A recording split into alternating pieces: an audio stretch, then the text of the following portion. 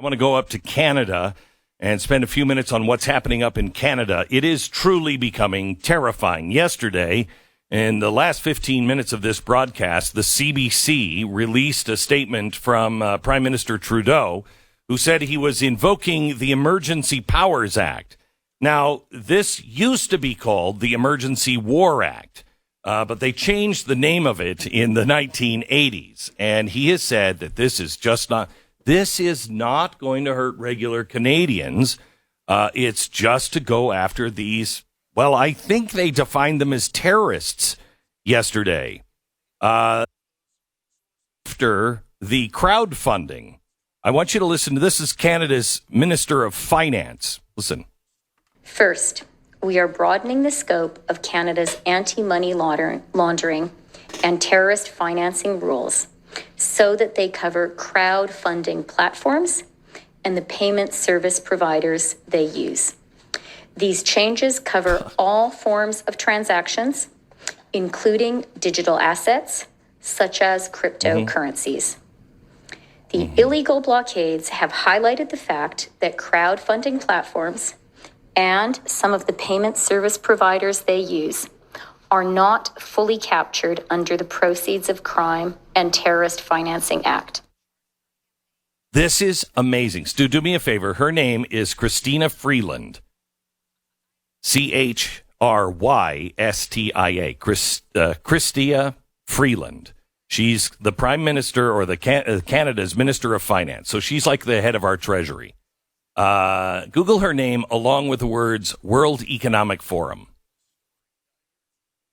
Because this is exactly what the World Economic Forum wants to do. This is why they need their own Fed coin. This is why they need insight into your spending, what Canada is doing right now through an emergency act, because this is terrorists. And don't think that the Biden administration isn't part of this. Canada will share all of this information. So anybody who gave money to the truckers are going to be on a list. And by the way, relax. You listen to this program, they know you're listening to this program. If you're a subscriber to the you're already on a list. So don't let the list scare you. You're already there. She is. She's on she is on the website of the World Economic Forum. She is a member of the forum's board of trustees. Board of Trustees. What a surprise. This is the Great Reset in operation, just being brought in under the guise of emergency powers. Now, the problem has been that Trudeau in Ottawa has tried to tow these tow trucks away, and the tow truck companies are saying, we got all our trucks out. We can't make it. Here's Trudeau yesterday, cut 7. One of the issues that we have seen is a challenge in getting tow trucks to actually show up to bring out, to move these large rigs. In Windsor, we relied on generous partnership with the Americans to be able to get tow trucks to move the big trucks. Now, with these measures that we've put in place, there will be an ability to compel, for just compensation, tow truck owners and operators to actually do the jobs for which they have contracts with various orders of government to keep highways and roads clear. So they're going to be compelled for just compensation. You're going to be compelled now. Why? Because you have other contracts with the government. Listen to me now. If you have any government contract of anything, cancel it, get out of it. If you are currently taking money from the government, stop taking money from the government. They are luring everyone into their web, and they will compel you now. Otherwise, you'll lose your license. Yet, something else from the Great Reset. Now, I have somebody who is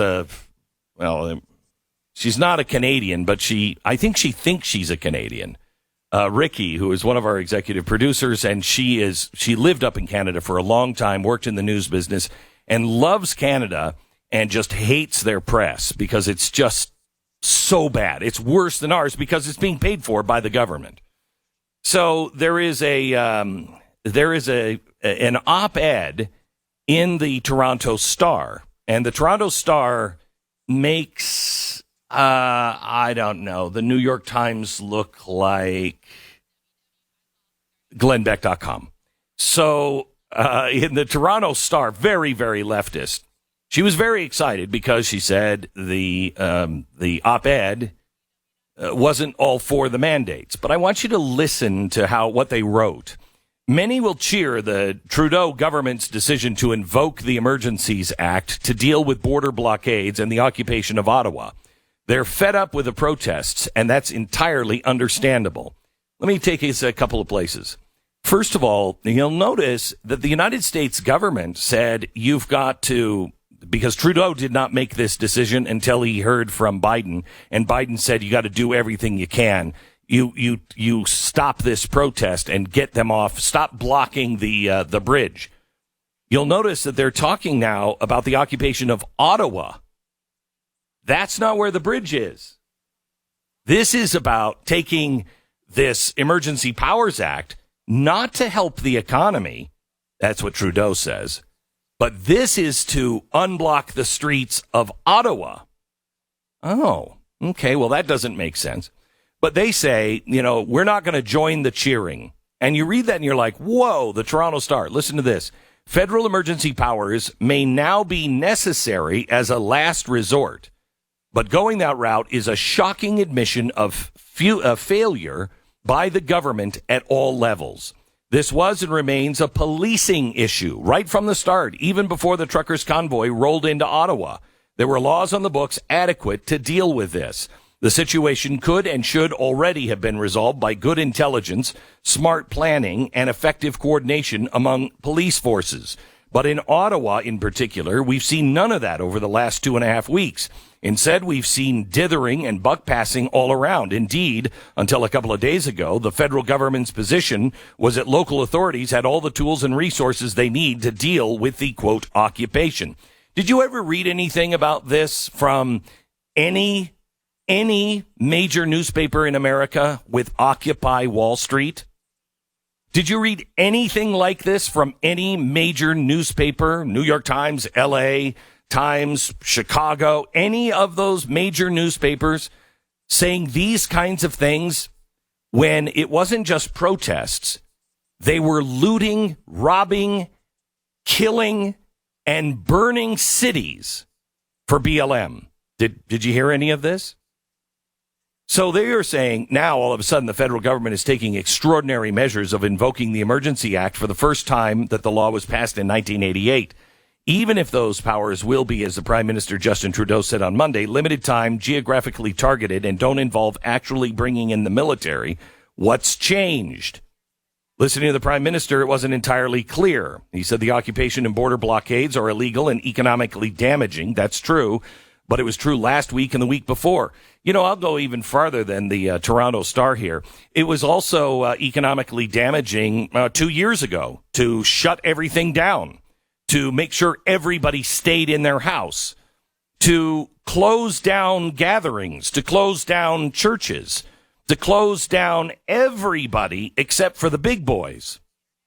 What is it that Home Depot could do that our True Value hardware store couldn't do? Why is it that our local people seem to care less about the deaths of their neighbors, but some giant faceless corporation, they could be in your community and they were fine with it? Because they what? They what? It doesn't make any sense. All of the things that they are doing now in Canada because they say it hurts the economy. Yeah, it's a little rich coming from you guys now.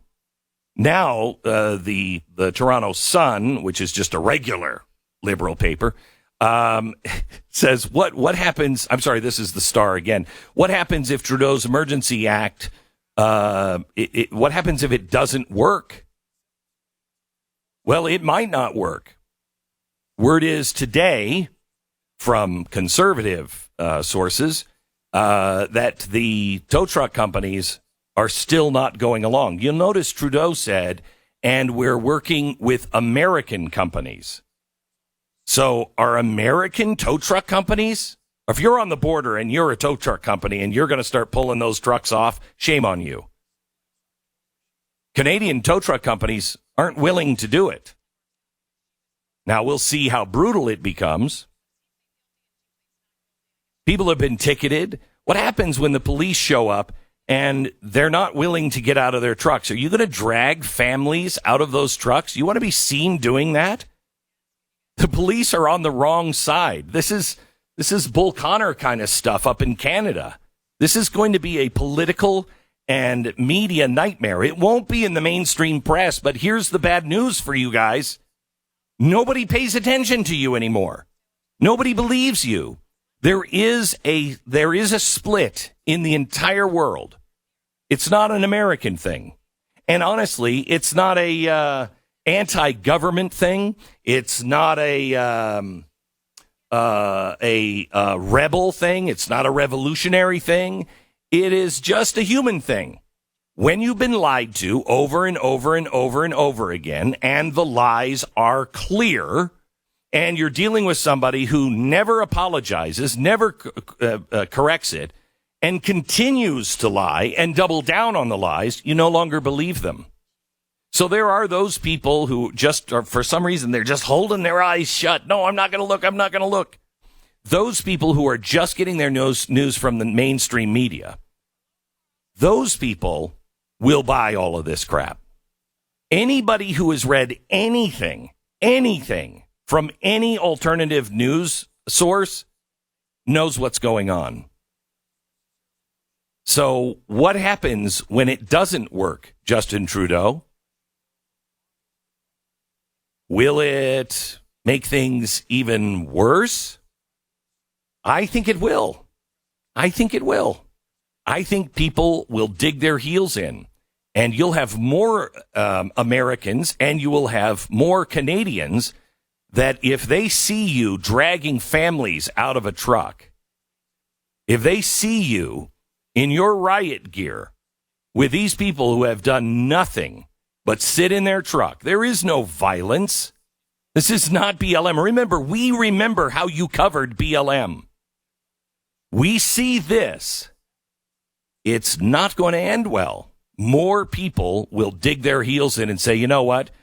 I may not be fully on board with these people, but I am against that kind of hypocrisy and fascism.